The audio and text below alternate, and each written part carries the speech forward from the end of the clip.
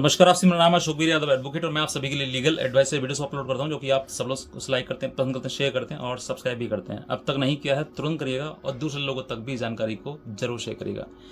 सबसे पहली बात, आज का जो मेन महिलाओं का मुकदमा करने के पीछे जो मेन मोटो रहता है वो ये है कि अपने पति पर काबू करना। सबसे पहली जो सीढ़ी जो है वो यही है और इसके पीछे कोई रास्ता वो नहीं है कि दहेज मांगते हैं, मारपीट करते हैं या मेंटेनेंस लेना है। किसी का भी कोई उद्देश्य नहीं होता है, ना किसी पत्नी का और ना किसी परिवार का। सिर्फ और सिर्फ पूरे परिवार का, जिस घर से लड़की लेकर आयो उस लड़की का और उस लड़की के परिवार का एक ही उद्देश्य रहता है, पति को अपने काबू में करना। बस आप समझ लीजिए इस चीज के लिए। इसके पीछे अगर काबू में आता है अच्छी बात है, नहीं आता है तो पत्नी झगड़ा करना शुरू कर देती है और जब झगड़ा करना शुरू कर देती है तो झगड़ा करना इतना बढ़ जाता है कि वो झगड़ा करके मायके चली जाती है और मायके से फिर डिमांड करती है कि मुझे अलग रहना है, अब मुझे तुम्हारे माँ बाप के साथ में नहीं रहना है। तो इसके आधार पर ऐसी महिला जो आपसे, आपके माता पिता से अलग रहने के लिए डिमांड करे या अलग रहने की बात करे तो आपको परेशान या हैरान नहीं होना है, आपको उसको समझाना है। अगर आप उसको समझा सकते हैं कि हाँ तुम जो कर रही हो वो गलत कर रही हो, क्योंकि आज तुम एक बहू हो, कल को तुम्हारी औलाद अगर तुम होगी और तुमसे अलग आकर वो रहने की बात करेगी और तुम्हें रोटी नहीं देगी, तुम्हें तुम्हारी बात नहीं मानेगी या तुम्हारे साथ बदतमीजी करेगी, तो तुम भी यही करोगे कि सोचोगे कि अगर ऐसी बहू से ना हो तो ठीक है। कहीं ना कहीं वो बहू खटकने लगती है उन माँ बाप के दिल में, उन माँ बाप के जो माँ बाप बेचारे ने जिन्होंने पूरा जीवन अपने बेटे को बनाने में लगा दिया, आज बुढ़ापे में एक सहारा चाहिए। उस सहारे में एक बहू आकर ये कहती है कि मुझे अलग रहना है, तो ये अलग नहीं रहना है, उसको किसी न किसी प्रकार से आपको तोड़ना है।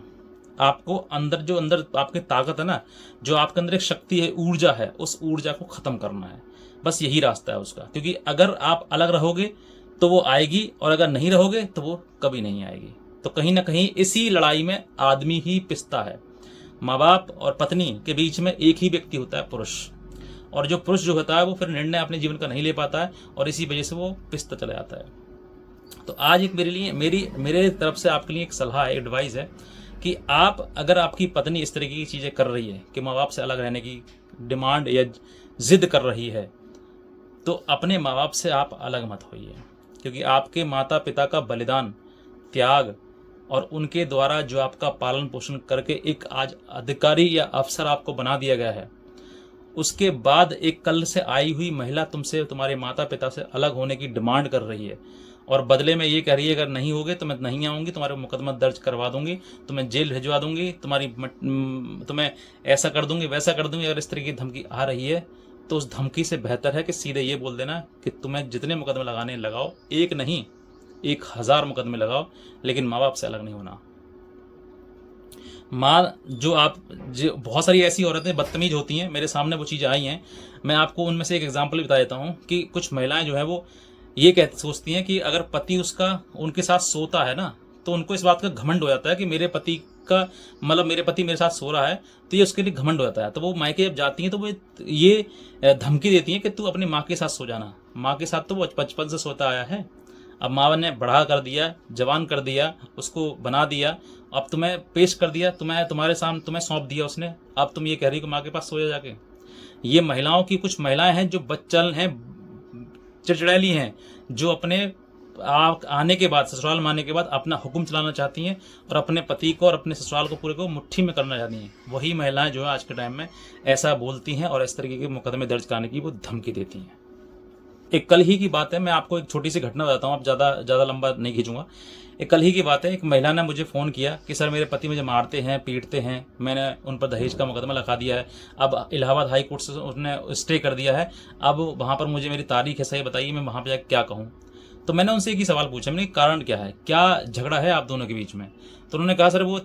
3 शर्तें लगाते हैं कि मुझे किसी से बात नहीं करने देते हैं, और जो मैं कहूँगा वो तुम करोगी, और जो मैं दूंगा खाने के लिए वो तुम खाओगी, ऐसी शर्तें लगाते हैं सर। तो इसलिए मैं राजी नहीं हूँ उसके लिए। अब आप सोचकर देखिए कि जो पुरुष अगर आपको घर परिवार बनाने के लिए अगर 3 शर्तें लगा भी रहा है तो उसमें क्या गलत शर्तें लगा रहा है। वो कह रहा है कि मेरे अनुसार तो जो मैं दूंगा वो तुम खा लो, तो अच्छी बात है, खा लो, क्या बात हो गई, भूखा तो नहीं रख रहा आपको, खाना खाने दे रहा है। दूसरा कि बातचीत करने के लिए कि सर माँ बाप से बात नहीं करनी है या घर पे बात नहीं करनी है तो मत करो कुछ दिनों के लिए, जब बात नॉर्मल हो जाए, घर के हालात ठीक हो जाए तो खूब बात करना। अभी मना कर रहा है तो मान जाओ, लेकिन नहीं, जिद करनी है, जिद करनी है तो फिर मुकदमे दर्ज करने हैं, और मुकदमे दर्ज करवाने हैं तो फिर आप सोचते हो कि भाई मुझे उसने छोड़ दिया। छोड़ नहीं दिया, आपने खुद ऐसे हालात पैदा कर दिए कि जहां पर पति को मजबूरन आपको छोड़ना पड़ा। मुकदमे लगाकर कोई महिला आज तक अपना ससुराल नहीं प्राप्त कर पाई है। वो सिर्फ और सिर्फ मुकदमा लगाकर कोर्ट प्राप्त कर लिया, उसने तारीख प्राप्त कर ली है, वहां पर हक अधिकार जमा लिया है कि हर तारीख पर जाएंगे और अपनी बात कहेंगे और देखेंगे उस पर क्या असर पड़ रहा है और उसके बाद घर आ जाएंगे। आपको घर परिवार बसाने के लिए तारीख की जरूरत नहीं है, आपको घर परिवार बसाने के लिए घर की आवश्यकता है, अपने पति की आवश्यकता है। अगर आप इसी आधार पर लेकर कि भाई मेरा पति मेरे अनुसार चलेगा वरना मैं मुकदमा लगा दूंगी, तो तुम मुकदमे लगाओगी, एक के बाद दूसरे घर जाओगी, दूसरे के बाद तीसरे घर जाओगी, लगातार घर बदलते रहोगे, लेकिन तुम्हारे नसीब में पति नहीं मिल पाएगा। हर हालात में जो पत्नी अपने पति के चेहरे पर एक दुख की लकीर नहीं देखना चाहती है, जो पत्नी अपने पति के चेहरे पर जरा सा भी चिंता नहीं देखना चाहती है, वही स्त्री आज के समय पर अपने पति को सुख में रखकर खुद सुखी रहती है। लेकिन जो महिलाएं चिड़चिड़ी और गुस्सैल टाइप की होती हैं या जो अपने पति को काबू में करना चाहती हैं, वो ऐसे ही डिमांड करती हैं कि मुझे अलग रहना है और मुझे साथ में नहीं रहना है, इसीलिए वो मुकदमे दर्ज करवाती हैं। अगर आपकी पत्नी आपसे ये स्पष्ट कह रही है कि मुझे अलग रहना है, आपके साथ, माँ के साथ नहीं रहना, ससुर के साथ नहीं रहना है, तो ये एक क्रूरता है और इसके आधार पर आप तलाक लेकर मुकदमा डाल सकते हो और तलाक ले सकते हो आप। दूसरा, अगर आपकी पत्नी आपसे ये कह रही है कि मेरा पति नपुंसक है, वो सामाजिक रूप से कह रही है या अकेले में कह रही है, फोन पर कह रही है, किसी प्रकार से,